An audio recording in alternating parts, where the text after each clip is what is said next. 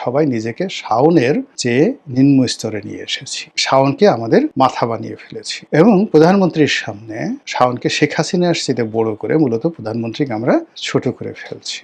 শাওন একজন অভিনেত্রী, আওয়ামী লীগের মহিলা কোটায় তিনি একজন সংসদ সদস্য নির্বাচিত হয়েছিলেন বা মনোনীত হয়েছিলেন।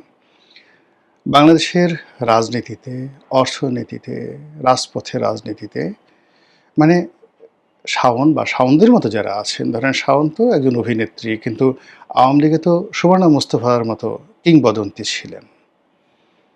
তারপরে আসাদুজ্জামান নূরের মতো কিংবদন্তির যাকে বলা হয় অভিনেতা ছিলেন। এর বাইরে শাওনদের চাইতেও, শাওন বিতর্কিত, কিন্তু শাওনদের চাইতে অভিনয়ে অন্যান্য যারা খুব অগ্রগামী ছিলেন, যেমন তারিন ছিলেন, আওয়ামী লীগ তাদেরকে মনোনয়ন দেয়নি। ফলে কি হলো, বা মমতাজ ছিলেন, সারা বাংলাদেশে মমতাজের যে জনপ্রিয়তা, সেই জনপ্রিয়তা শাওন বা অন্য যারা আছে তারা এখনও 1%ও সেই জনপ্রিয়তার জায়গায় পৌঁছতে পারেনি। সেই মমতাজও তো সংসদে ছিলেন। কিন্তু মূল ব্যাপারটা হলো যে নায়িকা, গায়িকা, অভিনেত্রী তারা যতই হন না কেন, ইভেন নায়করাজ রাজ্জাক থেকে শুরু করে আলমগীর, এই যে ফারুক সাহেব, বাংলা চলচ্চিত্রের মিয়া ভাই বলে খ্যাত বিখ্যাত অভিনেতা, মানে তিনি রাজনীতিতে এসেছেন এবং দলীয় রাজনীতিতে মানে ওই যে কক্সবাজার এমপি যে বদির যে গুরুত্ব, তার 100 ভাগের 1 ভাগ গুরুত্ব এই ফারুকের ছিল না, নায়ক ফারুকের ছিল না। বা যে সকল কবরী অভিনয় করতেন, কবরীর চেয়ে তো বাংলাদেশে বড় নায়িকা হয়নি কেউ কোন কালে। কবরী তো আমার কলিগ ছিলেন। মানে পলিটিশিয়ানদের মধ্যে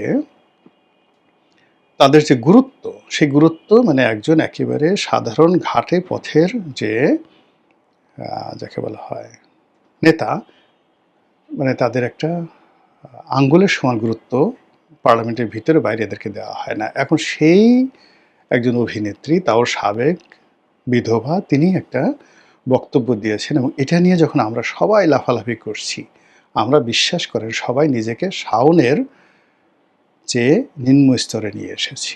শাওনকে আমাদের মাথা বানিয়ে ফেলেছি এবং প্রধানমন্ত্রীর সামনে শাওনকে শেখ হাসিনার চেয়ে বড় করে মূলত প্রধানমন্ত্রীকে আমরা ছোট করে ফেলছি। এই যে শাওনকে নিয়ে যা কিছু হচ্ছে, এটা আমাদের একটা দেউলিয়াত্ম। ধরুন শাওন যদি একটা গালি দিয়ে দিল, জুলাই সিডিআই, আপনারা তো জানেন যে কোনো গালি একটা দুর্বলতার লক্ষণ। শাওন যদি 32 নম্বরের সামনে 10 জন অভিনেত্রীকে নিয়ে দাঁড়াতে পারতেন, শাওন যদি 20 জন রাজনৈতিক কর্মীদেরকে নিয়ে, তার এলাকার বিভিন্ন এলাকার কর্মীদেরকে নিয়ে বঙ্গবন্ধু এভিনিউর সামনে 5 মিনিট দাঁড়াতে পারতেন, আপনার ভয় পেতেন শাওনকে।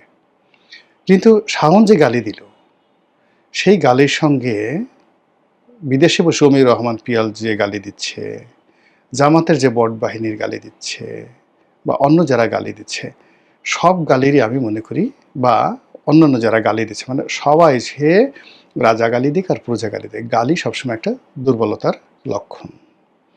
আর যখন যে গালি দিচ্ছে, আমি যখন তাকে মাথায় করে নাচছি, তাকে নিয়ে সমালোচনা করছি, ইট মিনস আমি নিজেকে ওই যিনি গালিদাতা তার চেয়ে অনেক ছোট মনে করছি। হায় হায়, আমাকে গালি দিল, এখন আমার কি হবে? আমি কি বেঁচে থাকবো? আমি কি মরিব? হ্যাঁ, আমাকে গালি দিল, আমি এত বড় মানুষ, আমাকে গালি দিল। ইট মিনস এই যে আমি যে গালি নিয়ে বাড়াবাড়ি করছি, আমিও গালিদাতার চেয়ে নিজেকে নামিয়ে নিয়ে আসছি।